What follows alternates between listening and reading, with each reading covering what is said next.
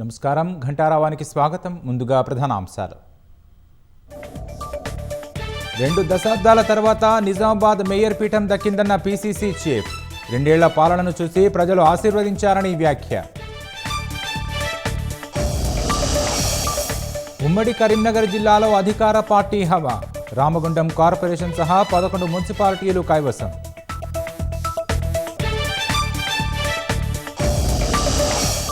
కరీంనగర్ అభివృద్ధి బీజేపీతో సాధ్యమన్న బండి సంజయ్. రాజకీయాలు పక్కన పెట్టి కలిసికట్టుగా పనిచేయాలని వెల్లడి.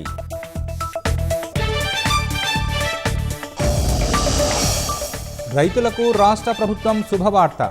సన్నవడ్లకు 514 కోట్లు బోనస్ బకాయిలు విడుదల.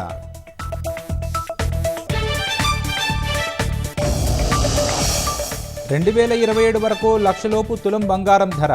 డాలర్లలో రష్యా మళ్లీ వ్యాపారం చేస్తే ధరలు తగ్గుతాయన్న నిపుణులు.